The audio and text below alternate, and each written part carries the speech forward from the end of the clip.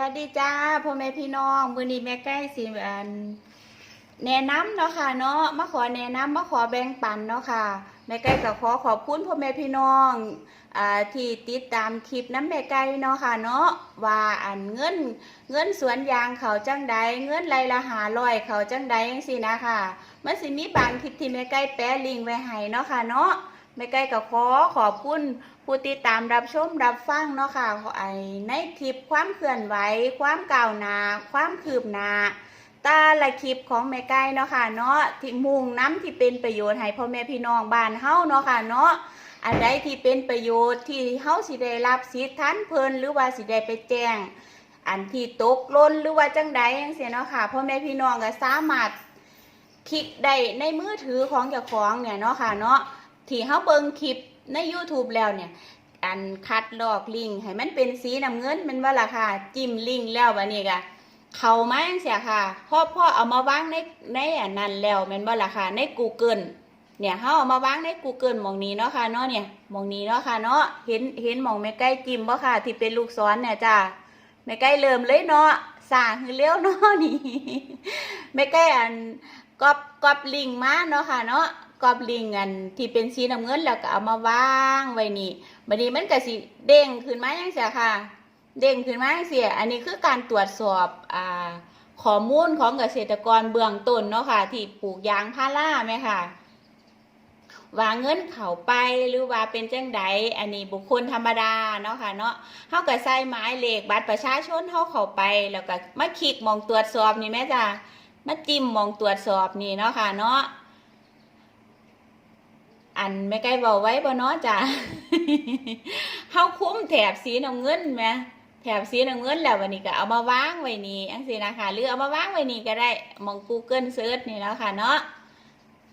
เอามาวางแล้ววันนี้เพิ่นก็สิเฮาก็คลิกไปแล้ววันนี้มันก็ขึ้นมาเป็นจังซี่เนาะค่ะเนาะเฮาก็ตรวจสอบสิทธิ์ว่าเป็นจังใดเนาะค่ะเนาะ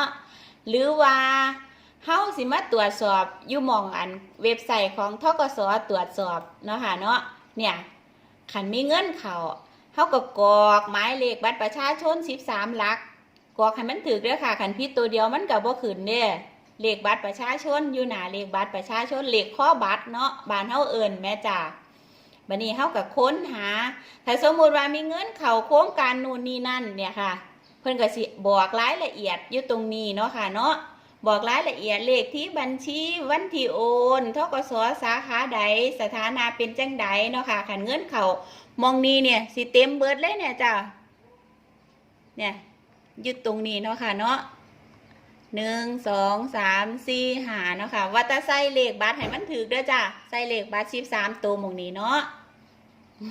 มือแม่ไก่เป็นแผล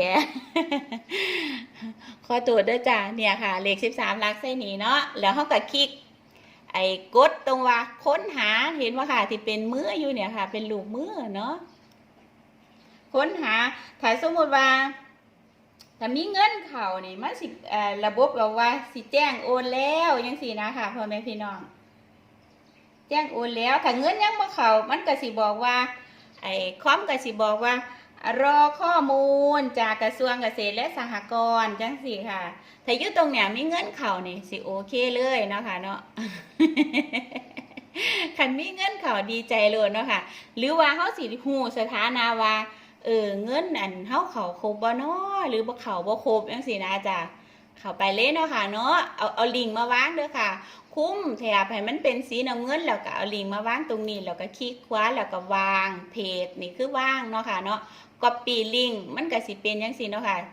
COPY นี่คือ copy เฮาคัดลอกมาเนาะค่ะเนาะ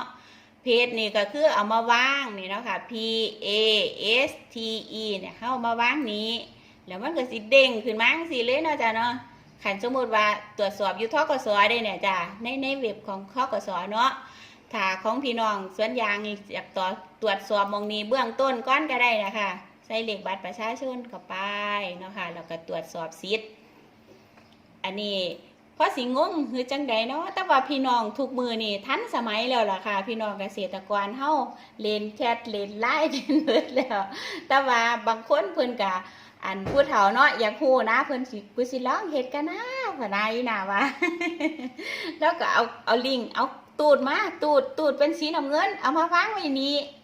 คอยบอกกันจังซี่นะจ้ามันก็ม่วนไปอีกแบบนึงเด้แท้บ้านเฮาเนาะโดยนี้ทันสมัยแล้วค่ะโอนเงินฝากเงินอีหยังหูสถานะการเงินในแอปพลิเคชันต่างๆเนาะค่ะจังเฮาอยากหูของธนาคารเพื่อการเกษตรและสหกรณ์จังซี่เพิ่นก็มีแอปให้จังซี่นะคะเนาะแอปในมือถือเฮาก็เข้าไปที่ Play Store เนาะค่ะเนาะ Play Store แล้วก็โหลดแอปติดตั้งปรื๊ดเข้าเดียวข้าวเดียวเนาะค่ะเนาะสำหรับคลิปวิดีโอนี้ที่เป็นประโยชน์ต่อพ่อแม่พี่น้องเนาะค่ะเนาะแม่ไก่หวังเป็นอย่างยิ่งเลยว่าพ่อแม่พี่น้องเฮาทุกมื้อนี้สามารถเฮ็ดได้ทุกคนตรวจสอบสิทธิ์ของเจ้าของได้ทุกคนเนาะค่ะเนาะยิ่งทันสมัยแล้วทุกมื้อเนี่ยเพิ่นบ่ให้ใส่จังกรมพัฒนาที่ดินจังซี่นะคะกรมที่ดินอยู่ที่ดินอำเภอเฮาเนี่ยเพิ่นบ่ให้ใส่บัตรประชาชนแล้วเด้อค่ะบ่ให้ใส่อีหยังก็ใบที่เฮ็ดธุรกรรมอีหยังจังซี่นะจ้ะอันนี้มันเด้งขึ้นมาเนาะแม่ไก่ก็ขอโทษอันใส่บ่ให้ใส่เอกสารแล้วจังซี่นะจ้ะเป็นจังไดแม่ไก่ก็ขอบคุณผู้ติดตามรับชมรับฟังเนาะค่ะเนาะขอบคุณหลายๆเด้อจ้าสวัสดีค่ะ